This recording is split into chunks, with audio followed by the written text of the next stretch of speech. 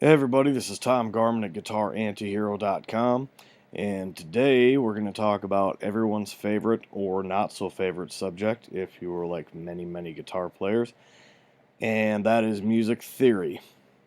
Okay, now what do we really mean when we're talking about theory? What we're really getting at with theory is basically the construction, language, and just basically overall structure and composition of music. Okay, the so-called rules, which we do need to follow, but I personally believe you should break them wherever and whenever you can. But I also think it's a good idea to really understand them before you go about breaking them, because then you can break them all the better, right? Okay, so we want to make our study and implementation of music theory guitar specific. Okay, what do I mean by this? Well, it's pretty simple. We want to make sure that what we're doing theoretically relates specifically to the guitar. Okay, I see a lot of stuff out there, guitar instructional books, DVDs, different packages, what have you, where I don't know why, but they have these diagrams of keyboards, right? And they relate everything to the piano and say, oh, if you do such and such, that's like just playing the white keys and black keys. And um, I guess the reasoning for that is because a lot of people maybe have a keyboard background, but the problem is keyboard background doesn't mean shit with a guitar because you need to have a fretboard background. So the longer you keep relating things to a keyboard, the longer it's going to take you to understand a guitar's fretboard, which to me is just stupid. Just start off doing that, in the beginning, and you'll be all that further ahead. So the same sort of thing applies to music theory in general. There are a lot of programs out there that are pretty good on their own, but when they tackle the subject of theory as it relates to guitar, they come up lacking because universally those concepts may be sound regardless of the instrument you're playing, including the human voice, but they're not really applicable to guitarists. Okay, and I think that's where a lot of people get hung up, is there's all this random stuff out there and these formulas and things that don't seem to have any grounding in what they're doing with the guitar specifically. All right, so that brings us to our next point of proper usage. If we're going to understand theory and if we're going to use it, then just like any tool, and theory is a tool, we want to make sure that we're using it in the right way.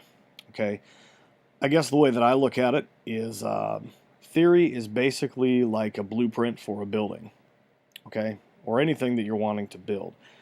But it doesn't really do you much good to have a diagram for, a birdhouse if you're going to build a batting cage or something, right?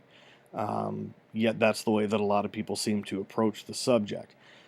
Theory by itself is pretty useless because, after all, it's just theoretical. We're not looking for theoretical, we're looking for actual in terms of results and how we actually get those results from a guitar specifically.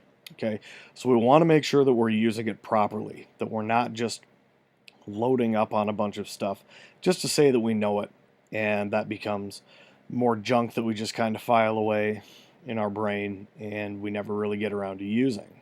Right? So theory has to be practical and it should be applied. Again, in order to be useful, there has to be an application for it. In this case, again, we're talking about the guitar, so we want to make sure that whatever we're learning with regard to theory is applicable to an actual playing situation, or it's at least something that we can conceive of using at some point with the guitar specifically. Okay?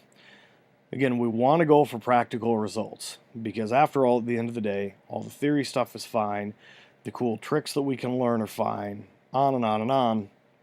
But if you don't have practical results, none of that does you any good. After all, the whole point is to be able to play and play well and play what you want to play, right? So it needs to be applied.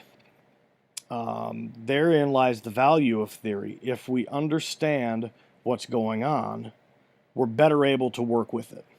Okay, again, if we use the example of a blueprint or a floor plan or what have you, if we know how to read that, we're going to have a better chance of building what we want to build.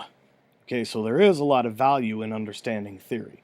There's a lot of value in knowing the components and the construction in the language of music. There's even more value in being able to use that and use it effectively. Okay, that's just something that really should go without saying. But I think a lot of times many of us get hung up on this idea of just learning theory for the sake of learning it.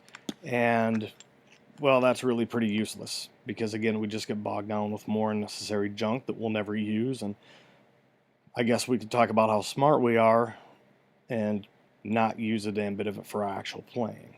Okay? So, one of the biggest problems that we run into with this that we want to avoid is information overload. And this points directly to what we're just talking about here a minute ago. We don't want to load up on a bunch of stuff just to say that we know it, okay? Now, one of the best ways of avoiding information overload is to find something that you can apply as it relates to a theoretical concept. Find something that you can apply to an immediate playing situation. Okay, I'll say that again. Find some aspect of music theory that you've just discovered or that you're studying that you can apply immediately to an actual practical playing situation. So, for example, if you're learning about chord theory and how chords are constructed, okay, if we understand that a major triad is built from the first, third, and fifth notes of the corresponding major scale, and the spelling of a major chord then is 1, 3, and 5, meaning that it's built from the first, third, and fifth notes of the corresponding major scale, or the major scale in the same key. Once you've got that, go ahead and start constructing some major scales, or I'm sorry, major chords rather. Put it to use, okay? Say that you want to build a C major chord, all right? It's made of 3 notes, C, E, and G, okay? The first, third, and fifth notes of C major scale. If that's new to you and you just learned it, then go ahead and play a C major scale, even if it's just on a single string. Pick out the first, third, and fifth notes, and then play a C chord and see where those 3 notes stack out, okay? Go ahead and start constructing those chords based on the chord theory that you just learned, all right? If we get in the habit of doing this, then everything we do has a greater chance of being applicable and has less chance of just kind of taking up space again, in our kind of mental hard drive where it just collects dust and gets in the way of everything else, all right? So again, the chord example, that's just for the sake of example. Anything we're doing, the point that we want to drive home here is when you're learning theory, find some way to apply it in a very hands-on, practical way to your actual guitar playing, and that will go a long way towards avoiding information overload. Okay? Theory is not the enemy.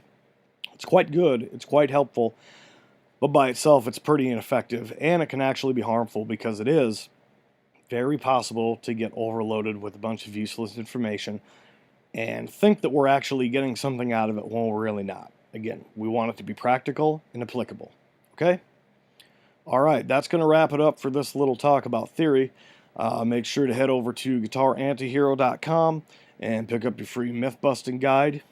And until next time,